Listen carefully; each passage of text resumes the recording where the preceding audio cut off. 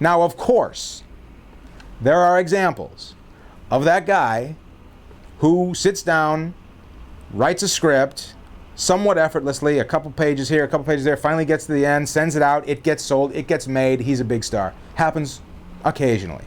And by the way, good for them. I'm jealous, right? But for most people, it doesn't quite work that way. And so you really have to be very, very serious about the way you approach it.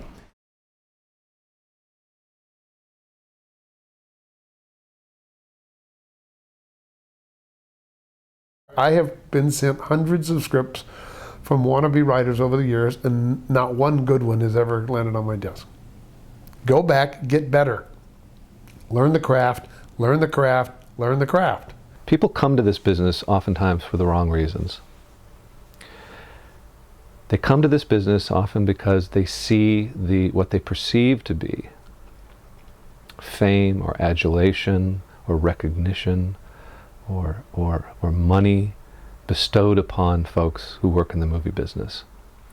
And they come from a place of having felt deprived of a certain kind of attention they may have wanted when they were younger, or a need to be recognized. I think most screenwriters weren't the popular kids growing up. And I think they tend to kind of walk into a room with that expectation that they might get punched in the face.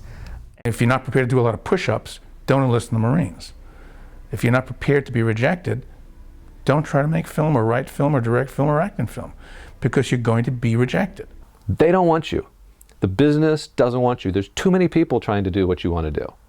They need to weed you out. So they weed you out by making the walls very, very high and very hard to climb. If you look at those experiences as an opportunity to get information about what you're working on and how you're doing it and what your voice is and what you're good at and what you're not good at, you know, A, it makes it a much more empowering, positive experience, and B, it makes sort of the rejection or the disappointment something you can use. If you want to swap your daydreams for dollars, if you want to literally traffic in your own imagination, which is what writers are doing, why not expect that that's going to be hard to do? Why imagine that people are just going to come up and make that easy for you and be eager for that? I would tell you right now in Los Angeles, there's probably 250,000 people writing screenplays, about 500,000 in some form, and 99.999% of them, when they say, oh, I'm being rejected, I can't get ahead, it's because the writing isn't good. Young writers send me scripts that are so sloppy and so unthought through and so unpolished that there's nothing to say. It's like, this isn't even a first draft. And this you think is ready? You know, and then sometimes I'll send them a draft of mine and they go, oh, I get it. Yeah, go back and work for another 2 years and be rigorous. If you get coverage back that says, this is the worst piece of shit I've ever read, this writer has no talent, well, that might be worth listening to if it comes back from a dozen people that way. And maybe you should think of set design or something else. But you know, it isn't personal. It's all about what they're looking for at the time. They say it takes 10 years to really start working in Hollywood, and that's directly applicable to my career.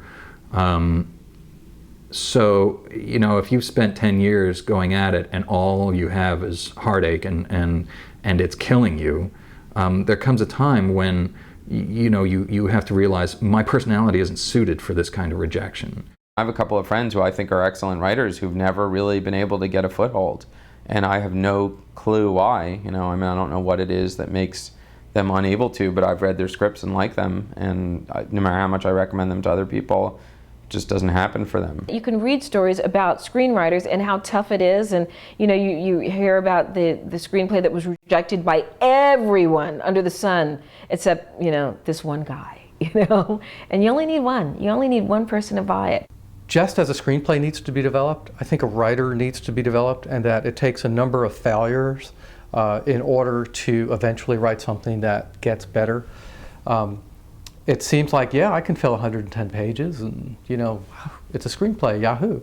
But that's very different from writing something that's going to move somebody, you know, on some level when they read it. And there are ways to learn. Maybe they say, this is a great story, but boy, these characters are so cardboard. Well, think about how you can complicate them and enrich them and make them more interesting so that you not only have a crackerjack story, but a group of characters that you really want to see tell that story. A good idea, well executed, is worth something. The idea in of itself isn't worth that much. I get a lot of questions to the website saying like, oh, I had this really great idea, I just need to find a writer to write it. As if like just the writing it is sort of the easy part. I would like to go back and grab the 25-year-old version of me, or I'm embarrassed to say the 30-year-old version of me, and say, just find your own voice.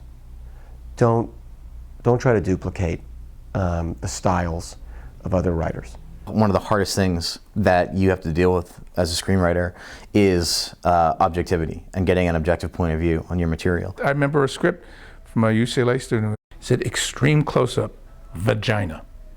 Swear on my kids. And then it was the birth of a baby from that angle. And when I went to talk to the students, I said, who wrote this? And a lady, a girl, raised her hand. I said, ma'am, do you know how big the screen at the Village Theater in Westwood is? I know, because it was actually built for 2010. It's 75 feet. Do you want to rethink that shot? New writers tend to overwrite and explain everything as opposed to hooking people with a mystery. You know, they'll have 2 pages of backstory instead of just the provocative line that makes us want to know more about the character, that keeps us as an audience leaning forward and engaged in the storytelling. I intentionally, as a younger person, never really developed another skill that I could fall back on, because I didn't want to fall back on anything. You know, I thought I've got to succeed at this, if it takes 30, 40 years, you know, and luckily it happened sooner than that. But, you know, I was prepared from a young age to stick with it for the long haul. You can write a script a day, every day for your whole life if you're that motivated, and there will be a new opportunity with every one of those scripts. There's just no failing. There's a paucity of new ideas, so I think if you have a really wonderful original story, people will jump on it. Try not to think about the thousands, hundreds of thousands of 120-page screenplays piling up in executive offices.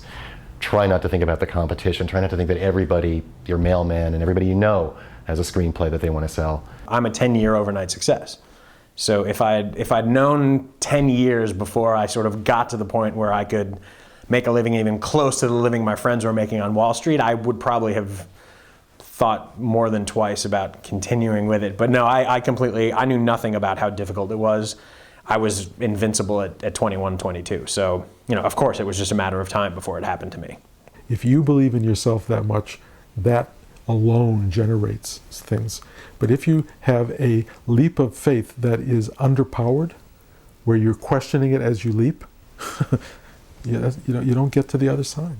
You can't leap without complete and absolute willingness to die for what you want. Realize that this is impossible, but you do it anyway.